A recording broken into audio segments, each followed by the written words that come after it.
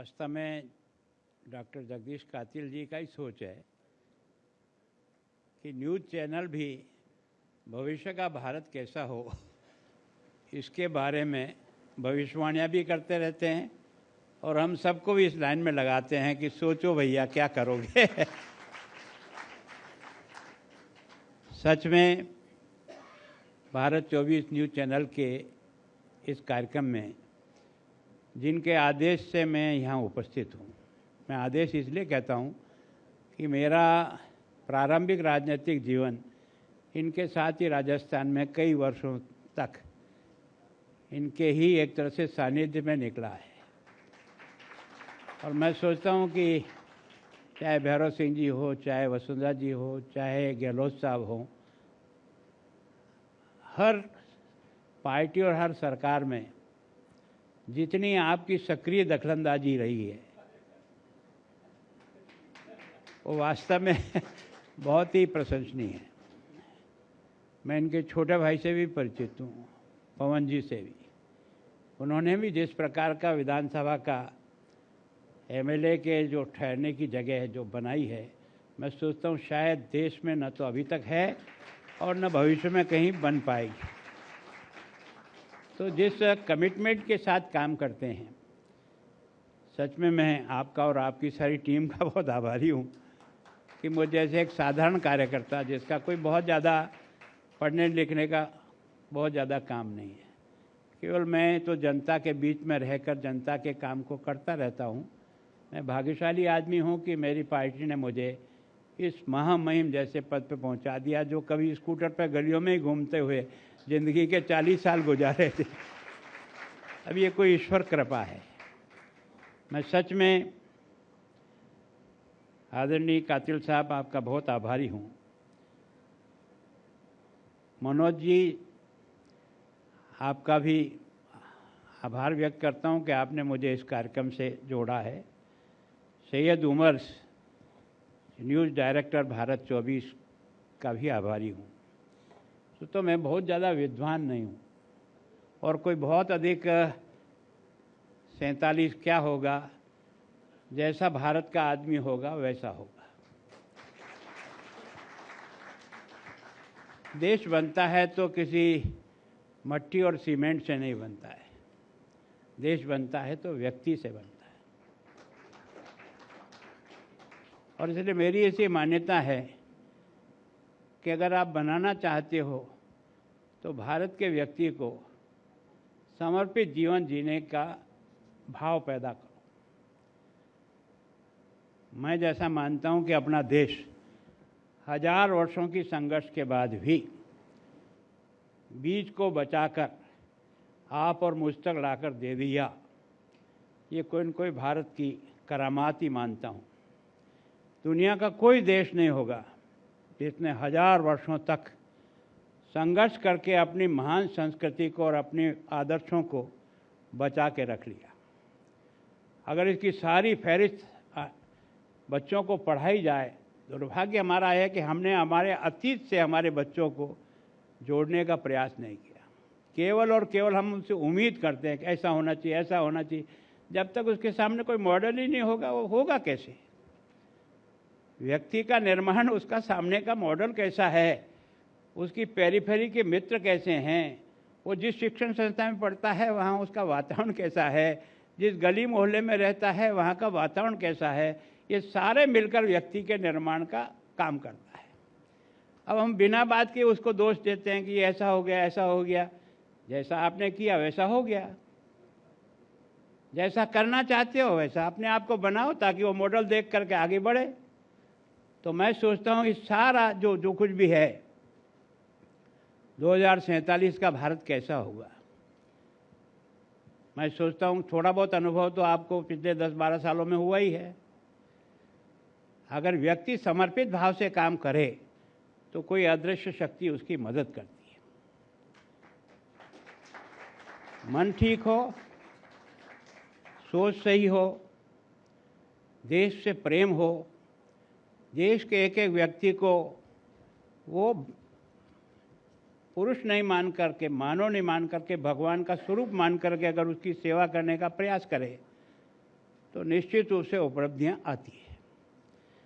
मैं सोचता हूं कि यह जो पहल आपने की है, इस पहल में आर्थिक समृद्धि, ये हमारा लक्ष्य है 2047 में कि हम कहाँ तक जाएंगे, क्या हमारी इकोनॉमिक स्थिति बनेगी, उसके बारे में है।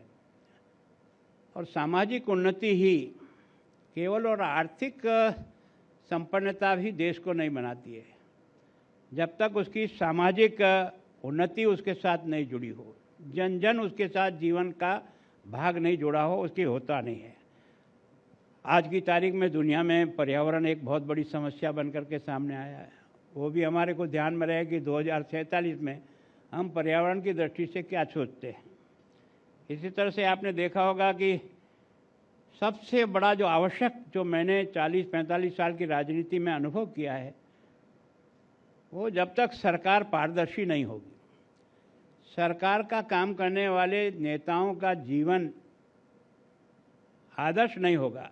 मुझे अच्छी तरह से याद है, आदिल साहब, मैं उस समय एक प्राइमरी स्कूल का अध्यापक था। जब 65 का युद्ध हुआ था, लाल बहादुर शास्त्री जैसा छोटा सा कद का देश का प्रधानमंत्री,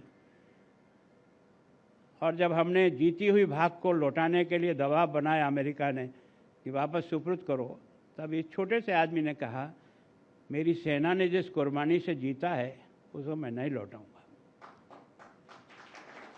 तो उन्होंने कहा, नहीं देखो, सोच लो, तुम्हारी देश की जनता को मेरा PL-48 का गेहूं जिंदा रखता है। अगर मैंने ये बंद कर दिया ना तो सारा हिंदुस्तान भूखे मर जाएगा। लेकिन उस व्यक्ति का देश प्रेम इतना था कि इसका भी मुकाबला करेंगे, लेकिन जीता हुआ भाग वापस नहीं देंगे। PL-48 का गेहूं बंद हुआ। उस आदमी ने जय जवान के साथ जय किसान का नारा देकर देश की तरुणाई को, देश में अन्न पैदा करो, इस बात के लिए प्रेरित किया। और आपने देखा उसका चमत्कार। अकेले पंजाब ने जैसे से कृषि क्रांति की और उसके कारण से भारत अपनी आवश्यकता की पूर्ति नहीं करता है, आज दुनिया को अपना अन्न भेजकर जिंदा रखता है। इसका मतलब सोच का असर तो आता ही है। और मैं जैसा कहा ना, मैं एक प्राइमरी स्कूल में अध्यापक था। क्या चमत्कार होता है व्यक्ति के जीवन का, क्या आदर्श का असर जाता है बच्चे में भी, कि सब लोगों ने सोमवार का व्रत, उन्होंने कहा तो सोमवार का व्रत का पालन किया। और वो मेरा दूसरी क्लास में पढ़ने वाला बच्चा दोपहर में टिफिन लेके आता था स्कूल में, हम उसको बिठा करके दोपहर का भोजन कराते थे। मैंने देखा सोमवार के दिन छोटे छोटे बच्चे भी टिफिन लेके नहीं आए। तो मैंने स्वाभाविक पूछा, मैंने कहा तुम क्यों नहीं लाए? कि अपने देश में ऐसा कह रहे हैं कि अन्न की कमी है, इसलिए अन्न बचाओ। इसका मतलब यह है कि मुर्दे में भी जान फूंकी जा सकती है अगर तुम्हारे में ताकत हो तो। ये इस बात का उदाहरण है। तो वास्तव में मैं सोचता हूँ, ये जब तक पारदर्शी सरकार नहीं, मैं क्योंकि राजनीति में इतने सालों तक रहा, मैं सब पार्टियों का भी अनुभव है, पर कोई सीना ठोक के नहीं कह सकता कि 100% लोग अच्छे हैं। लेकिन दुर्भाग्य इस देश का ये है कि विचार राजनेता और पार्टी को नहीं करना पड़ेगा, विचार जनता को करना पड़ेगा। क्योंकि हम लोगों की पैदाइश आपकी वोट की पेटी है, हवाई जहाज में बैठ करके यहाँ नहीं आते हैं। जब तक जनता को इस बारे में प्रेरित नहीं किया जाएगा, तब तक मैं सोचता हूँ कि लोकतंत्र जिस सीढ़ी पर और चढ़ना चाहिए, अगर 47 में सीढ़ी पर चढ़ाने का कोई आधार बनेगा, तो मतदाता की बुद्धि, क्षमता, देश के प्रति सोच और वोट के महत्व को जब समझेगा ना, तब देश अपने आप 2047 में जैसा चाहते हैं उससे 10 गुना अच्छा खड़ा हो जाएगा। अब मैं सोचता हूँ कि ये जो 47 की आज़ादी जो मिली है, जिन परिस्थितियों में मिली है, आपने देखा कि किस प्रकार का देश का ये आज़ादी का संघर्ष मंगल पांडे से शुरू हुआ और कहाँ जाकर के इसका एंड हुआ। और एंड के बाद भी जब हमको आज़ादी मिली थी, उस 14 तारीख की रात्रि को जिस प्रकार का कत्लेआम इस देश के लोगों ने देखा, ट्रेनों में मूंढकियाँ भरी हुई जब आती थी तो लगता था कि ये कौन सी आज़ादी है यार। इतने लोगों पर 10 से लेकर 15 लाख लोगों की मौत हुई। और वो भारत जिसको प्रकृति ने एक स्वरूप दिया। हमारा दुर्भाग्य, हमारा सोच नहीं होने के कारण से हमको सुरक्षित भारत अगर किसी ने दिया तो हमारे पुरखों ने दिया था। हिमालय हमारी सीमाएं तय करता है, दक्षिण में समुद्र हमारी सीमाएं तय करता है, पर हमने इसको संभाले नहीं रखा। उसके कारण से वो फोड़ा उस समय कष्ट नहीं दे रहा है, आज भी आपको विभिन्न क्षेत्रों में, और विशेष करके मैं पंजाब का गवर्नर हूँ। मेरे बॉर्डर डिस्ट्रिक्ट पे जिस तरह से ड्रोन से नशीले पदार्थ और हथियार आते हैं, वो देश के सामने एक चुनौती है। सरकार को धन्यवाद कि उन्होंने हमको एंटी ड्रोन दिए हैं। हम कई ड्रोन को गिराने में समर्थ हो रहे हैं, लेकिन उसके बाद भी हम ये नहीं कह सकते कि हमने इस पर पूर्ण विजय प्राप्त कर ली है। इस पर पूर्ण विजय प्राप्त कौन करेगा? ड्रोन नहीं करेगा, वहाँ का रहने वाला नागरिक करेगा। तो वास्तव में 2047 कैसा हो, इसके बारे में सोचता हूँ, और वास्तव में मैं सोचता हूँ कि ये वास्तव में 47 की आज़ादी में जो कुछ भी कुर्बानियाँ हुई उसको भी थोड़ा सा ध्यान में रखें कि वास्तव में हम उस कुर्बानी को सही दिशा में कैसे ले जा सकते हैं। मैं सोचता हूँ कि उभरती हुई अर्थव्यवस्था आपको और मुझको ये विश्वास दिला रही है कि भारत आर्थिक दृष्टि से काफ़ी ठीक दिशा की ओर बढ़ रहा है। 13 में जब हम विश्व की अर्थव्यवस्था में 11वें नंबर पर आते थे, और पिछले साल हम 5वें नंबर पर पहुंच गए, और वो भी धकेला किसको? जिसने हमको 200 साल गुलाम बना रखा, उसको पीछे धकेल करके हमने देश को स्थिति कर। और इसी साल के अंत तक अपने को लगेगा कि हम चौथा पायदान छू लेंगे, और 2047 तक हमारा लक्ष्य क्या है कि हम दुनिया का नंबर 1 का देश बना सकें। कभी ये विश्व गुरु था, इसको फिर उस दिशा में ले जाए। और हम विश्व गुरु इसलिए नहीं थे एक तलवार के बूते पर। हमने ज़बरदस्ती जाकर के किसी को विश्व गुरु का तोहफा देने का और लेने का प्रयास नहीं किया। हमने अपने आदर्श और सिद्धांतों के आधार पर वसुदेव कुटुंबकम की बात कही है। हमने दुनिया में कोई देश ऐसा नहीं हुआ जिसने कहा कि सारी दुनिया ये मेरा परिवार है। इसका मतलब हमारे आदर्शों में जिस प्रकार का मानव जीवन बैठा हुआ था ना, वो हमारी पुरखों की देन थी, और उसके कारण से आज हम इस स्थिति तक पहुँचे हैं। मैं सोचता हूँ कि आर्थिक दृष्टि से तो हम अपनी तरक्की करेंगे ही, लेकिन वैसे भी सरकार ने भी 2047 तक, अभी अपन अमृतकाल में प्रारंभ हुआ है, 25 साल की अवधि हमारे पास है। इस 25 साल की अवधि में हम अब अपने अपने जीवन को भी सोचें कि जितने साल तक जिएंगे हम कितने कदम आगे चल सकते हैं, क्योंकि कदम तो प्रत्येक व्यक्ति का चलेगा तभी देश बनेगा। कुछ लोग अच्छी करोड़पति, अरबपति, खरबपति बन जाने से देश तरक्की नहीं करता है। जो अति गरीब से गरीब व्यक्ति है, वो जीवन उसका बेहतर कैसे बने, उसके लिए प्रयत्न करना ही पड़ेगा। तब जाकर के हम कह सकते हैं कि 2047 की जिसकी हमने कल्पना की है वो वास्तव में ठीक है। ये क्वांटम औद्योगिक अनुसंधान जो है, और इसी के लिए आपने देखा होगा कि राष्ट्रीय क्वांटम मिशन की स्थापना की है। एक एक कदम आगे बढ़ाने के लिए जो प्रयोग किया है ना, उसके कारण से ये गति धीरे धीरे आगे बढ़ रही है। आपने देखा होगा कि इस उन्नत साइबर फिजिकल सिस्टम के विकास हेतु राष्ट्रीय अंतर्विषय साइबर सिस्टम जो है ना, मिशन का निर्माण किया है। इसी तरह प्राथमिक शिक्षा और माध्यमिक शिक्षा को अच्छा बनाने के लिए आपने देखा होगा समग्र शिक्षा अभियान का प्रारंभ हुआ है। मनमोहन सिंह जी के समय में भी उन्होंने शिक्षा में इस बदलाव को प्राथमिकता दी थी, और उसके कारण से समग्र शिक्षा के कारण से, विशेष करके मैं जिस राजस्थान से आया हूँ, भैरव सिंह जी मुख्यमंत्री थे, मैं शिक्षा मंत्री था। वो एक बैठक में जाके आए थे दिल्ली, और उस बैठक में उनको 38% की साक्षरता, महिला साक्षरता में 20%, बहुत दुखी मन से आए थे।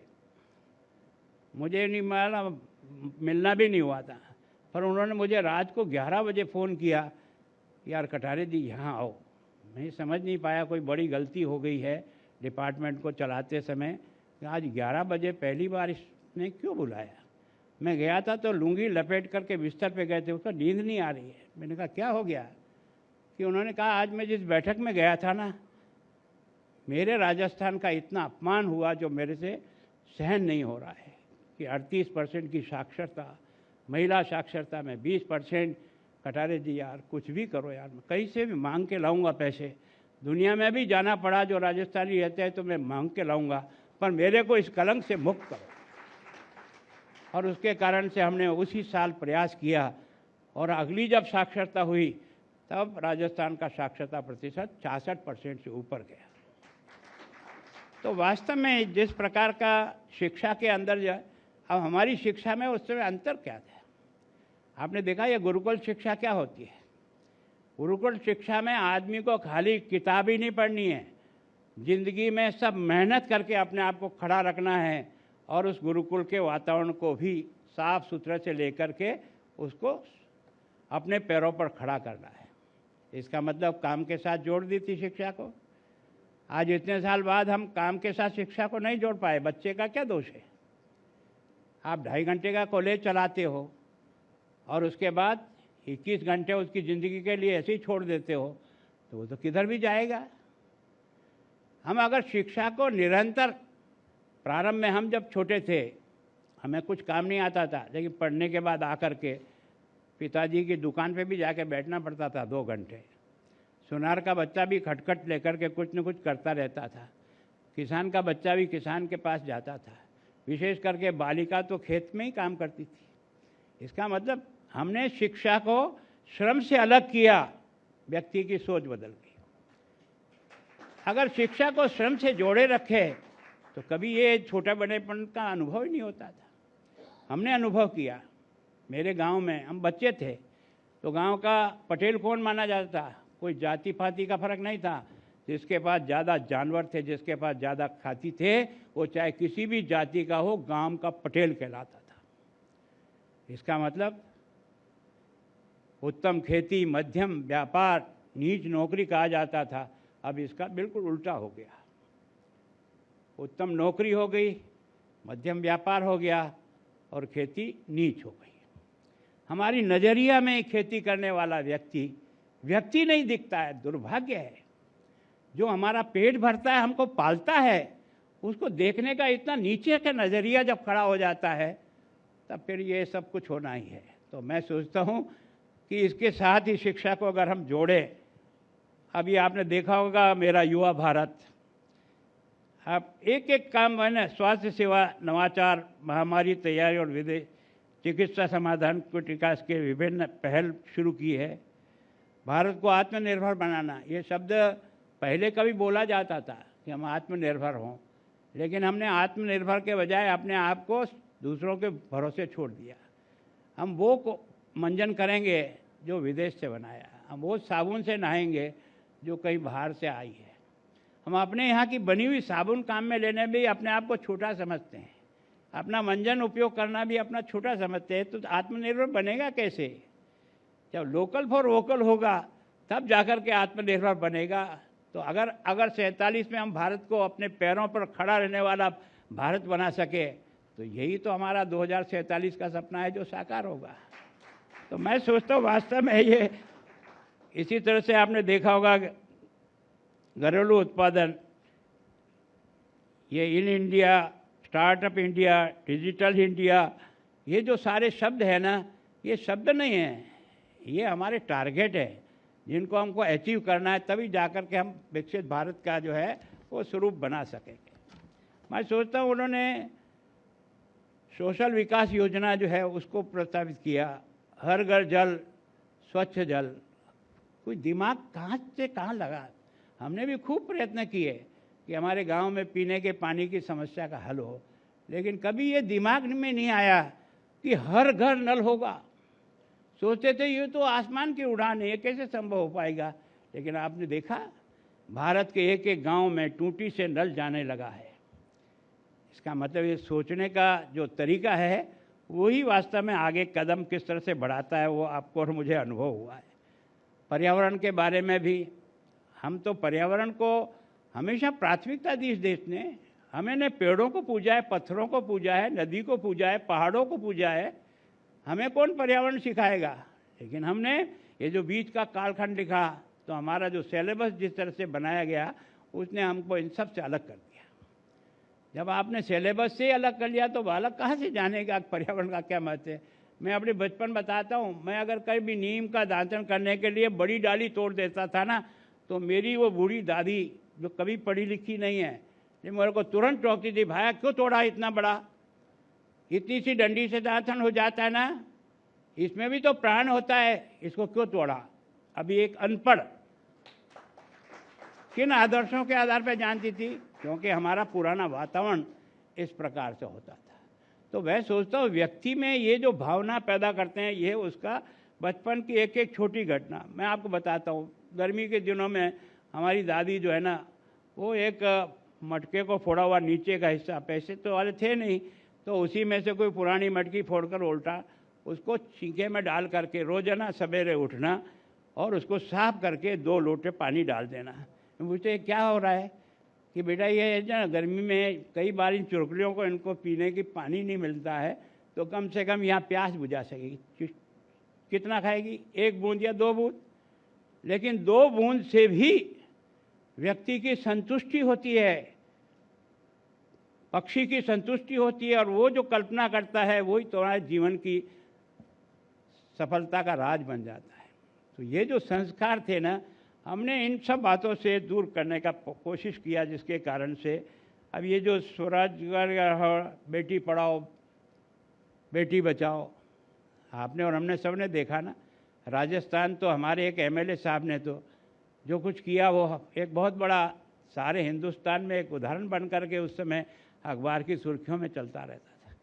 हमारे यहाँ बेटियों को जैसे सोचते थे कोई अभिशाप है, लेकिन एक बात विचार करो, अभी मैं जब से गवर्नर बना हूँ, मैं जितनी यूनिवर्सिटी में गया हूँ, एक भी यूनिवर्सिटी मुझे ऐसी नहीं मिली जिसमें गोल्ड मेडल जब दिया जाता है तो 60% बच्चियाँ ही गोल्ड मेडल लेती है। इसका मतलब क्षमता तो है, हमने उस शक्ति का उपयोग नहीं किया। अब उस शक्ति का उपयोग होना शुरू हुआ। आज फ्लाइट जेट भी उड़ा रही है।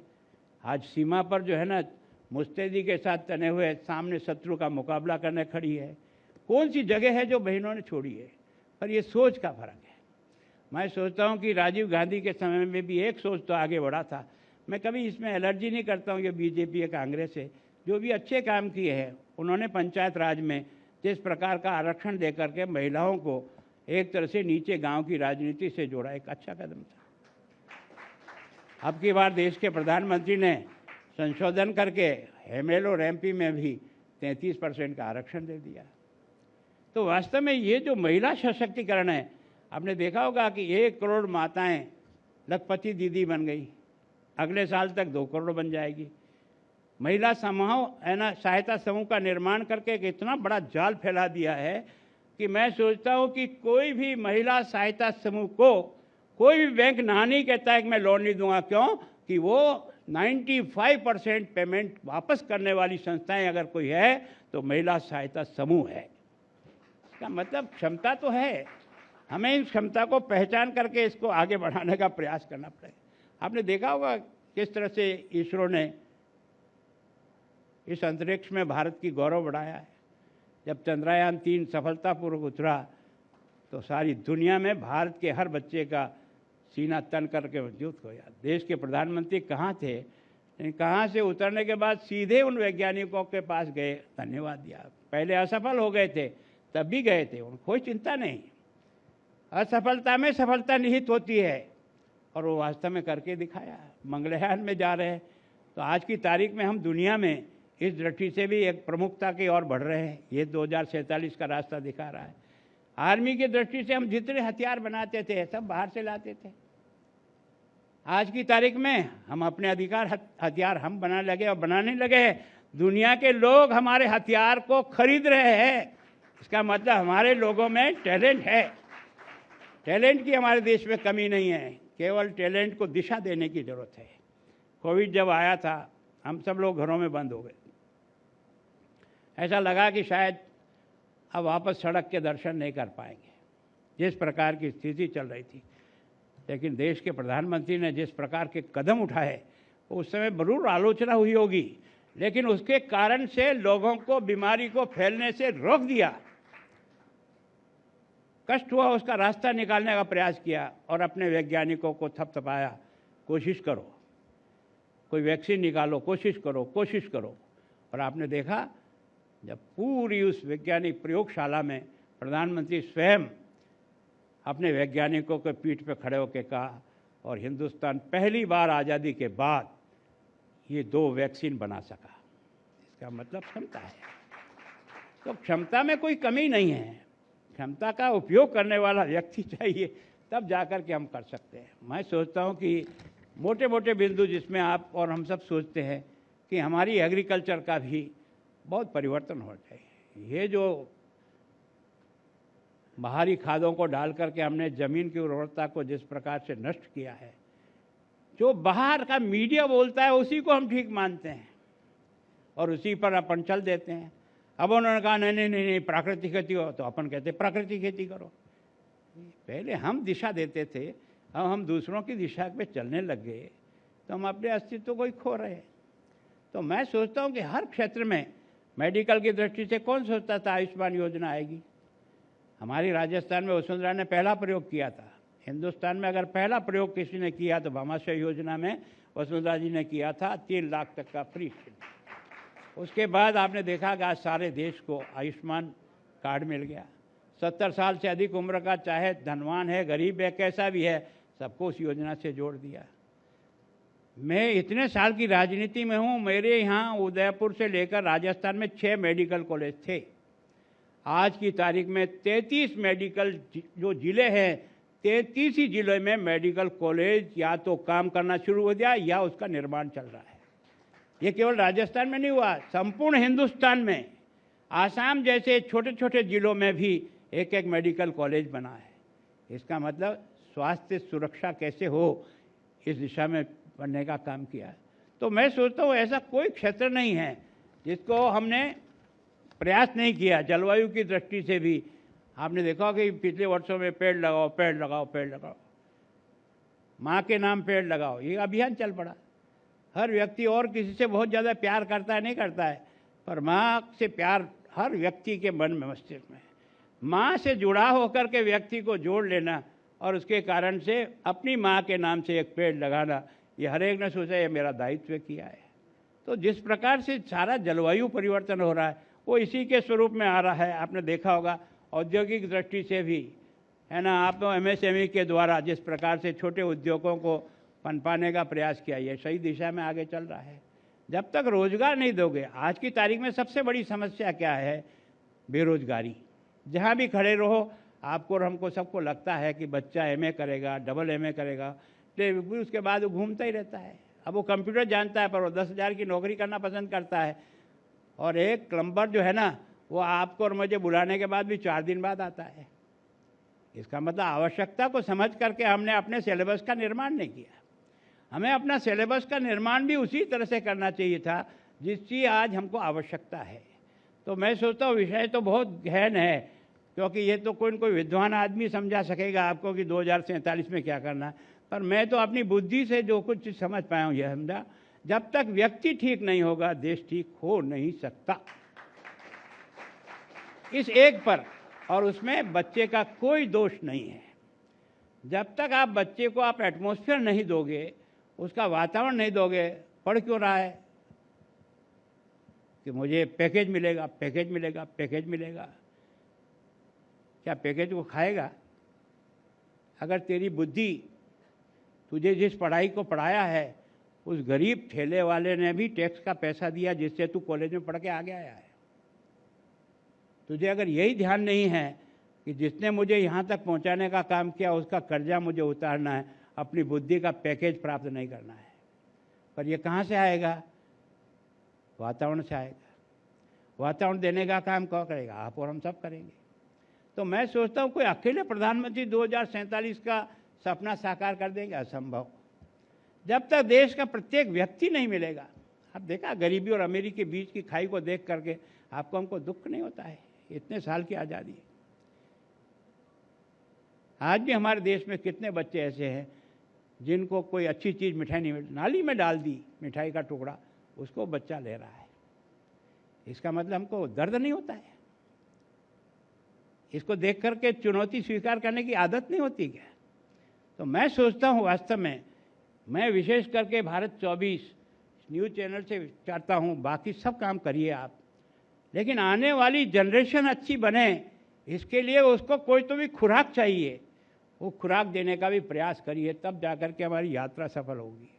तो मैं ऐसा मानता हूँ, क्योंकि मैं कातिल साहब का तो, क्योंकि ये जिसके बाहर करते हैं ना उसको सांस लेने का भी मौका नहीं देते, तो ये सोच रहे कि मैं आया हूँ, मैं नहीं आया हूँ। इनकी मेहरबानी के कारण से मुझे याद आ पड़ा और इनकी टीम में जिधर जाते हैं ना सारी हवा उधर मोड़ देते हैं। अब यहाँ हम देखा आपने भविष्यवाणी, अब यार कोई तो ज्योतिष ही करता था, अब आपने भी भविष्यवाणी का भी काम करना शुरू कर दिया।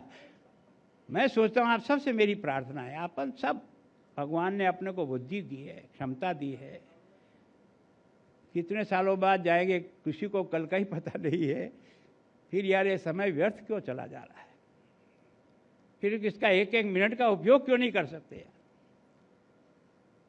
मैं सोचता हूँ ये सोच कैसे पैदा करें, ये है 2047 का सबसे बड़ा लक्ष्य। और समाज में अच्छे व्यक्ति है, अच्छे व्यक्ति का सम्मान करना सीख जाओ तो अपने आप अच्छाई आ जाएगी। बुरे को रोते रोते जिंदगी भर ख़त्म कर दोगे, कुछ नहीं मिला, 2 मिनट हंस लेंगे, 2 दिन मजाक कर लेंगे, कुछ प्राप्त नहीं होगा। ये जो नेगेटिव सोच है ना, ये नहीं होना चाहिए, पॉजिटिव सोचो। जो अच्छा है वहाँ से शुरू करो, उससे अपने आप अच्छे की लाइन। अब महात्मा गांधी क्या थे, वो देश की सारी जनता को अपने साथ चला दे, पर उनके वाक्य में दम इसलिए था कि जीवन उस तरह का था। जिसके जीवन का आदर्श होता है ना, वो चला सकता है, हर कोई नहीं चला सकता। हर कोई प्रयत्न करेगा तो हम लोग जो भाषण देते हैं वो हवा में उड़ जाता है, क्योंकि उसका असर आदमी के मन में नहीं जाता है। अच्छा लगता है, 2 ताली बजा देगा, लेकिन उसको पकड़ने का प्रयास नहीं करेगा। पकड़ने का प्रयास उसके करेगा जिसके लच्छेदार भाषण नहीं होंगे, पर जीवन की पवित्रता उसके सामने होगी, तो उसको देखकर आदमी अपने आप पकड़ लेता है और अपने आप चल देता है। आपने मुझे बुलाया, बहुत बहुत आपका धन्यवाद। कातिल साहब का विशेष रूप से धन्यवाद।